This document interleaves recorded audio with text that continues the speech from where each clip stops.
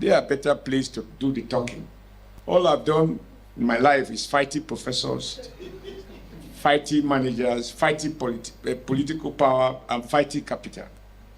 So none of this qualifies me, therefore, to give a lecture. But I did say that I am encouraged early in life never to feel intimidated by experts, because the dictatorship of experts can be very, very dangerous, sometimes more dangerous than the dictatorship of military generals, because they have the power to influence the way you think and to make you feel inferior, even on issues where they are wrong, because you don't have the command of those jargons. The debate is closed and it's limited to few of them alone. So I've learned early in life to interrogate. The more expert they think they are, the more I feel obliged to interrogate them. A stammerer should not be afraid of a debate. It might take him more time to pronounce a word, but eventually he will get there. What has excited me is the way in which Professor Amadi, I think he has summarized the issues, and I was very impressed by what I think is my takeaway from his presentation, namely that,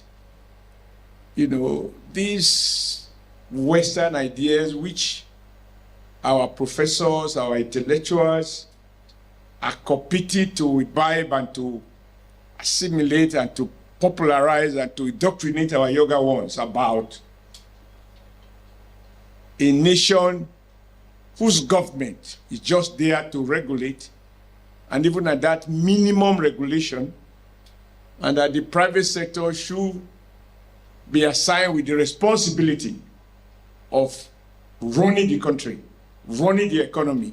And they tell us government has no business in business. Today, I was excited hearing Professor Amadi saying that is not exactly correct. If government has no business in government, why do we go through all the rigor, all the challenges we go through to elect a government? That is why in one of my interventions in the Senate, I said, I am not a believer in the classical school of Adam Smith that says government should not interfere, we should trust the market, and that it is the invisible hand in society that will help to balance this out. And I said, if indeed there is such thing as a visible hand, why do we elect a president? Why do we elect a government? The market, by its nature, is not accountable except to the buyer and the seller. But we elect governments that are accountable, that we should be held responsible for our collective well-being. And so when I heard him today say what he said, I said, then I'm not exactly crazy. So I am going to start my conversation, not a lecture, just a discussion the way we used to do under the village tree, because my father was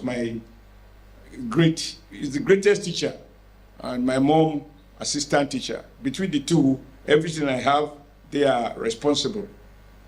I think that if we take a critical look at where we're coming from, Nigeria was at its best when, I believe sensibly, we submitted to what was then described as a mixed economy. It's not a completely capitalist economy, nor was it a combined economy. The government sensibly played a critical role to reconcile the greed of private enterprise with the primary purpose of government, which does not always coincide, which is the welfare of the people. That primary purpose of government is often undermined by the power of capital. And unless the state intervenes, you can't have stability.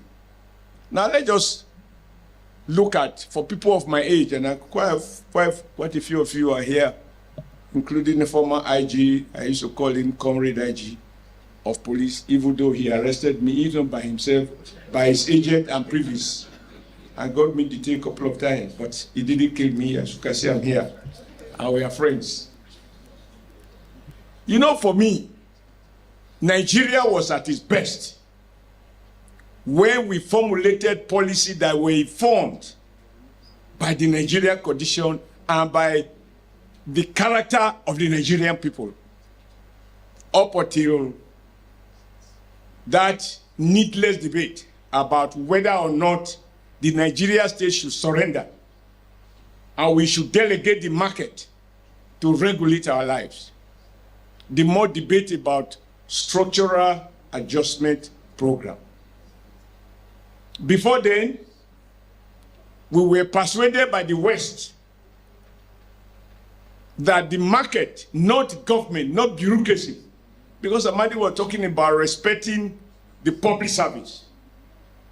We were persuaded to accept that state is inherently inefficient, the state is hopelessly corrupt, and therefore we will do well to minimize and reduce regulation, smaller government, and assign more responsibility to the private sector. That is what informed the debate of whether or not IMF loan should be taken, or we shouldn't take it with all the conditionalities attached to it. And then we had the president who was extremely smart, a military president, who then got us busy debating, and at the end of the day, Nigeria moved radically away from a mixed economy to one that expressly commits itself to small government and more space for the market. And so we deregulated the banking system, we devalued the currency, we were told Nigeria is underborrowed, and this is why I'm very suspicious of intellectuals. Nigeria is underborrowed, so we should go and borrow. So from a situation in which General Gawan said money was not the problem but how to spend it, we not only now finished spending what we earn, we started borrowing. And to encourage us to borrow more, economists tell us about how much you can borrow in relation to GDP. They'll always have some statistics as if this were in the holy documents. And so we borrowed to a point that they now came back to say, you have overborrowed. And for us to support you, you must devalue your currency. You must float it. Thus subsidize consumption. And when you devalue your home, goods and services produced at home will be cheaper, and therefore you have greater export opportunities. Because Nigeria made goods, we find cheaper prices overseas, and foreign goods will be too expensive for the natives to buy, since we are now in our native land. And because they can't buy, we've got to have a more realistic balance of trade. And that is how around 1978 or so, the Naira was devalued from where it was 1 Naira to 1.5 US dollars.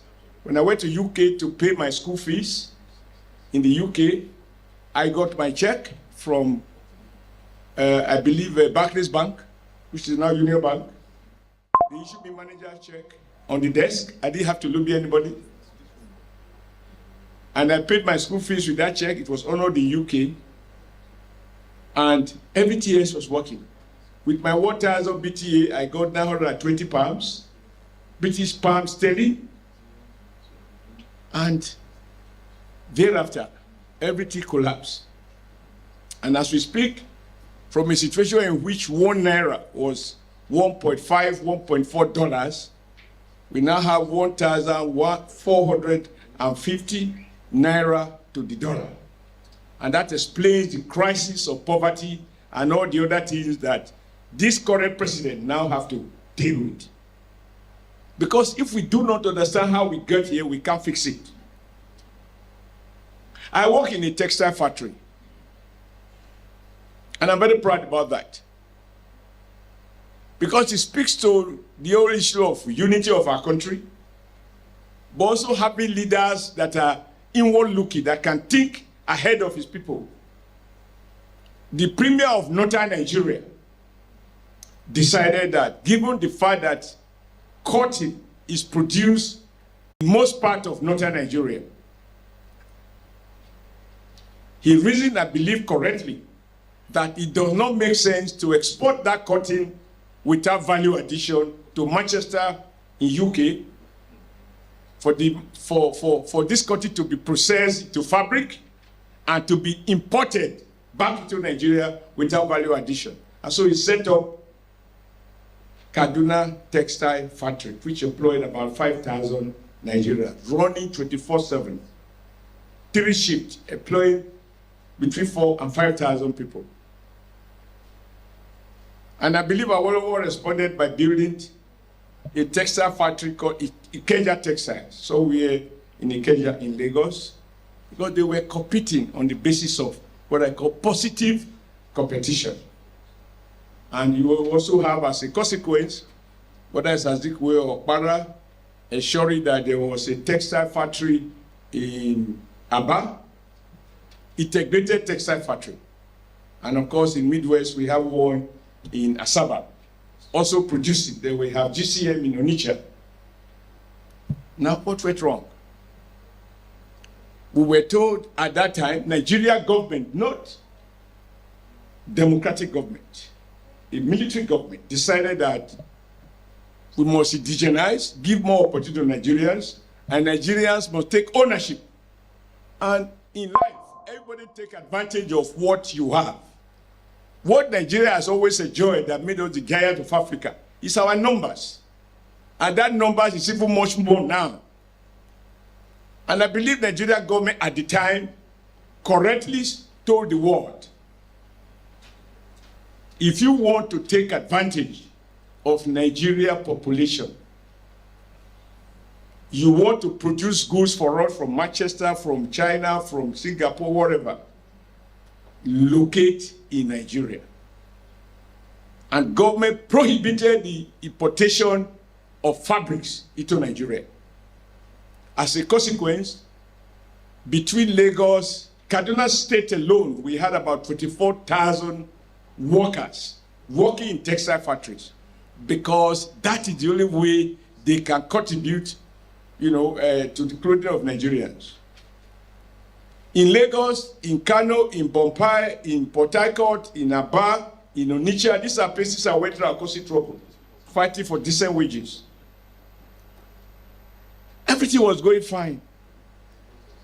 And then these Western intellectuals, together with the Nigeria collaborators, persuaded our government that prohibition is unhelpful. And we joined the so-called World Trade Organization. And part of the rules was that we must remove prohibition. We must allow everything to be imported. Government should have no control. And so one after the other, all of us in this hall now, myself inclusive, however hard you try, you want to buy Nigerian-made fabric, you can't find it. So all of us here now, we are wearing fabrics that are made in different parts of the world, including Italy, that is no longer competitive in that business. The result? About 30,000 workers, textile workers in Kaduna, lost their jobs. Their warehouses have become churches. In Ikeja and Lagos, Apapa, Ikomu, Isolo, over 100,000 people were working there. Even Dangote, before he shifted to the oil sector now, he bought over Ikeja Textiles. And today, the textile industry is gone, courtesy of free market. How can you subscribe to something that you cannot participate in? How can you have a free market where you only buy but you have nothing to sell? And the only thing we have to sell is crude. And that crude is not determined competitively. It is determined by some forces in the West, whether the president of US is sick, or whether the publish of data, it shows that economy is slowing down, that affects the price of oil, whether China is growing or China is slowing down, and all of that. And so the result is that today, we are importers of, from the lowest second-hand fabric to the most sophisticated suit anybody can wear. And I'm not looking at our guest of honor. So when Amadi said, no, this idea of government has no business in government, that is a fallacy. I agree completely. Number two, it's so difficult to understand for people like me how people of my generation and even those of us who are younger, who are now in government, we have actually, without policy pronouncement, just by practice, privatized basic education. When I became governor of Edo State in 2007, one of the first meetings I had was with Okada riders.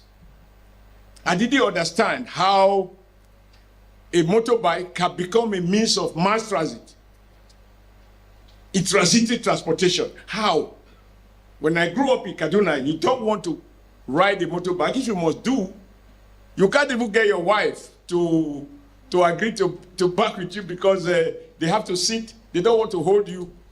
You know what I mean? For religious reasons, for all sorts of reasons. And Nigeria had degenerated to a level that is a motorbike that is now mass transit. But after having conversation with them, I asked them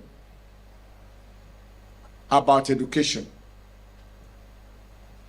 And I was shocked that virtually all of them, about 80% of them, have their children in, quote, private schools, private primary schools, private secondary schools. These are poor people who derive their income from motorbike riding and you pay them small money and so on and so forth. And I asked them why. They said to me, although they are not sure of the quality of these private schools, some are of high grade, others are low, but at least usually they have roof.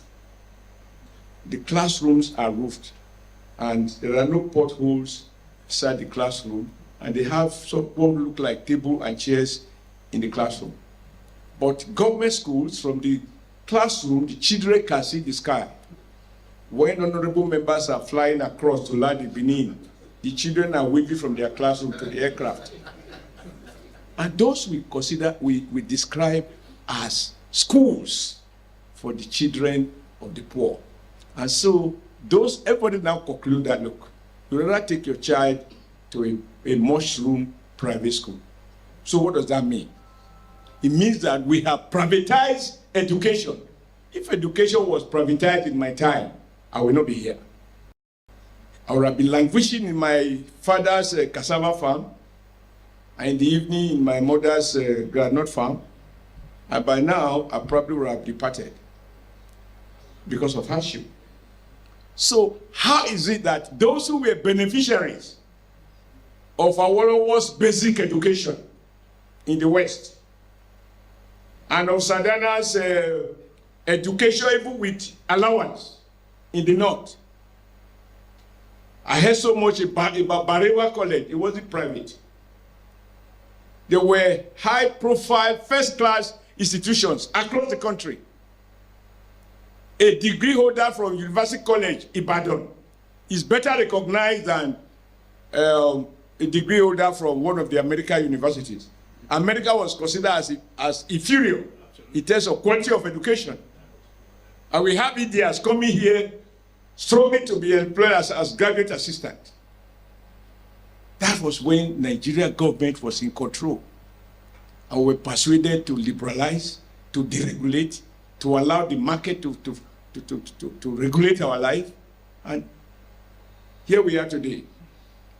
I was a student in the UK in the 70s, in the late 70s. When, for some of us who will remember, talking about the power of a nation state, Henry Kissinger wanted to visit Nigeria, and Joe Garuba said, after consulting with the then head of state, Murtala Mohammed, and he said, Henry Kissinger was not welcome. American foreign minister was not welcome. And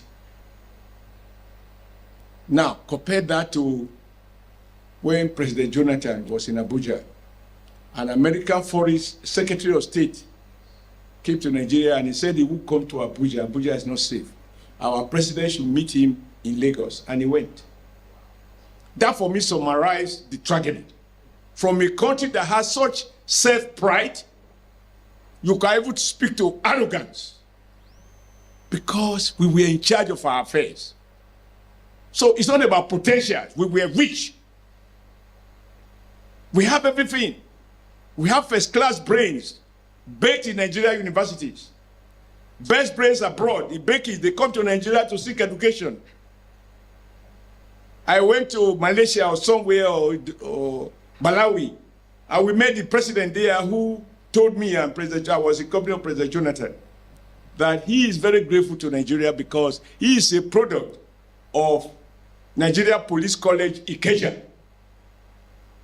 But he said they are paying back because now Nigeria Police is sending officers to Malawi to be trained. So for him, it's payback time.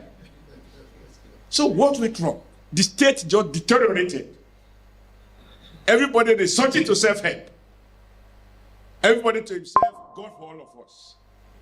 For me, it is not to cry over this. If we recognize that we were at our best when the Nigeria state make policies that are informed by the Nigeria condition, then let us revert back to that. If we don't, free market, these liberal, neoliberal economic policies that Amadi was speaking about can never deliver prosperity to the majority of our people. It is based on the principle, whether stated or implied, survival of the fittest. If you are poor, it is your fault. If you survive, you are intelligent. And we have smart guys who manipulate the banking system, etc., they become billionaires overnight.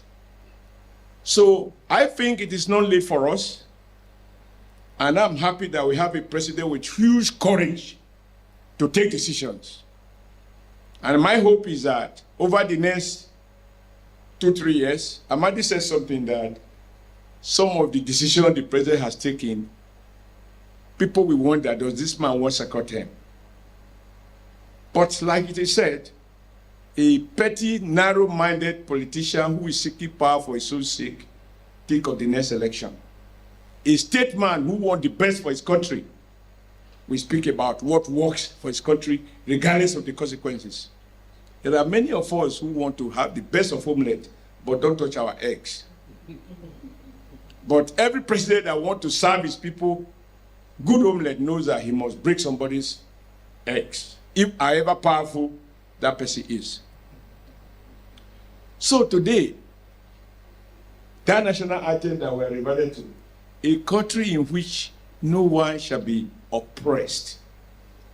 I know that is, I have been fighting oppression because that is what the national item tells us. A country where no one is oppressed. Today, oppression is the name of the game. Somebody will tell you, I will teach you a lesson. And with a connection with the DPO, it can teach you much more lessons than you ever imagine. So where is the rule of law? There are so many. I'm not in interior, and I have opportunity to interact with people who are managing our, quote, correctional homes. We change it from prison to correctional home to emphasize that prison is not meant to kill. But I discovered through my interrogation of those who manage the place that we even care for better for dogs than Nigerian prisoners. And the bad news, 50% out of the 80,000 prisoners, 50% are awaiting trial. They have not been convicted. Yet under our laws, they are presumed innocent until found guilty. And yet these people will be fed, although the president has increased it now, 250 naira a meal, including water, and 750 naira a day. Anyway, let's move on. My thesis is that for us to revert, for us to secure the future, we must interrogate the immediate past. And one of the things we can't escape from is that the liberal economic policies have failed Nigeria.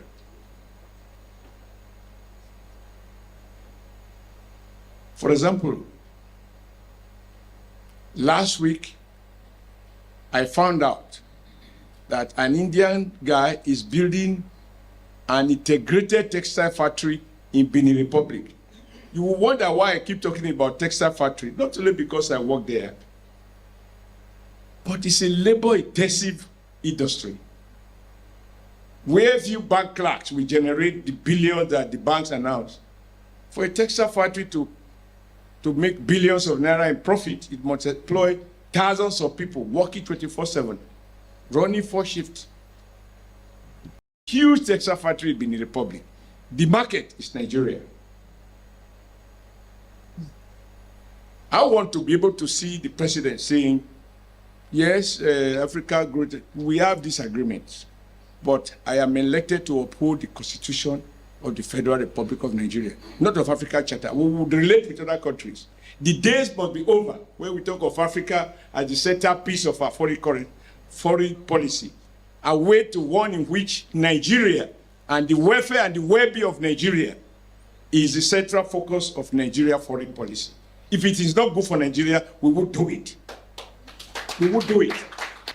After all, our students, some of you here, we all contributed money for the liberation of South Africa.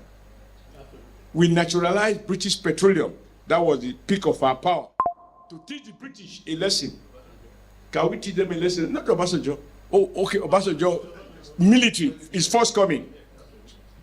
And we had the power to say, the principle, no, if you support apartheid, we take over your company. And we did. Today, when I hear that the current president of South Africa, in one of his campaigns before this last one, was saying that Nigerians were taking the job of South Africa. That is how those attacks on Nigeria's small businesses, they were instigated by the state. We helped them to get their freedom, but that does not mean they will allow us to come and dominate their economy. But they are dominating our economy, if you know how much MTN is cutting away every year. So for me, I am advocating that after this 1 year, the president should sit down, government, all of us in the Senate, in the National Assembly, and identify those things, those industries that we need to reinvent, to return back to Nigeria, using our population as a tool to get them back here. 200 million people. If 50%, 100, is wearing Nigerian-made clothes, we will have more than 10 million people working in Nigeria. Government will not be the source of job creation. When we talk about overhead, the governance, is because we have so many institutions, so many desks, try to create opportunities for everybody to work for government. And government is not the best employer in terms of salary. The job may be guaranteed, because whether you work or not, you can be selling t-shirt part-time, but you are not going to be worthy. You just lay down to steal, and that is it. Because I didn't write anything down specifically, but let me just take you through when people talk about the public sector, why this president has a lot to do. And I'm happy he always assures us nobody should pity him, because he didn't take this job in error. He actually struggled for it. He even had to say a miloko. That's why there is power of the tongue. When somebody said we shouldn't run our country, if we run our country with our mouth, so be it. If we insist that we are the hope of the world, there is power in our tongue. That will come to pass. I would like us going forward to say to Michelin, you left Nigeria, but you are still selling tires to Nigeria. 90% of your market is Nigeria. You relocated to another African country, where you won't be able to sell in Nigeria unless you relocate. Government will give you state guarantees. And if you can imagine that all the tires that we are importing and using to drive all our vehicles, if half of them were made in Nigeria, millions of jobs will be created. There are no miracles. It's policy that leads to certain outcome. And these guys will not come voluntarily. They have to be used, they have to be sanctioned. You want to come to my house? This is the gate. I will not buy food from you unless you cook it in my kitchen. Mr. Dunlop, you were in Ikeja. You left. With renewed hope, come back. I will give you guarantees. Otherwise, you will not be allowed to export tires to Nigeria. The big one. Toyota, if you go to government houses alone, myself included when I was in government, you will think we are car dealers. The number of Toyota vehicles in Nigeria. How about? We started sensibly, ironically under a military government, that given our population, we need to have Peugeot automobile here. Peugeot car was once a very popular car. It doesn't die. If the engine knocks, you cut it 02, 03, 04. Right? And Peugeot located in Kaduna, and they employed about 3,500 workers, producing about 200-300 cars a day. I went there to organize a couple of strikes when they refused to pay our people well. So I know what I'm talking about. Then we had Volkswagen in Lagos, where Patutomi was GMD at the age in his 30s, employing about 3,000 to 4,000 people. Volkswagen in Lagos. Then we have Mercedes-Benz in Enugu producing trucks. We had Leyland in Ibadan, and the other one in Bauchi producing tractors. So even federal character was going to keep to account. How did they disappear? Free market. Don't control. We belong to WTO. No country can be island to itself. We can't be island to ourselves. If opening up brings impurities into our system and kill our job and destroy our industries, we need to revert to the past. And that is why when we celebrate China, we just look at the outcome without looking at the system that produced that outcome. The Chinese also go to the World Bank. They also go to the IMF meeting. They listen. When they finish, they say thank you. They go back to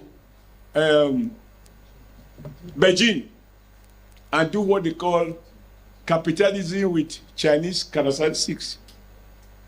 The interest rate is not market driven. The rate you change your money in hotel is the same rate you change it in the bank. I know it because I have been there. That is not market forces. That is state regulation. And when a state functionary abuse power, they execute. They kill. And so, without following Western models, China has become, over a period of 15 to 20 years, they had double-digit growth consistently, not based on market liberal models. When Washington insists that the Chinese currency is overvalued, the Chinese reply, it is not the foreigner who will tell us the value of our currency. In Nigeria, our people will go to the World Bank and IMF, they will tell us what they think we are.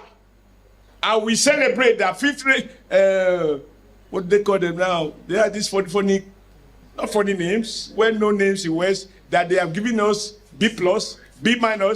What the hell does it matter? We are to rate who we are, not foreigners. And until we return back to this homegrown policy and damn the consequences with the world, because they are going to fight us, I do not think that romancing with them is going to deliver us. No, it will not. And they will turn around to accuse us of corruption. And yet every kobo stealing are kept abroad is in their banks. But they are not corrupt.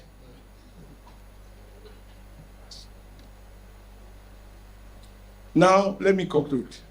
What is going on evil now? That is why when you say we should pray for the president, you were right.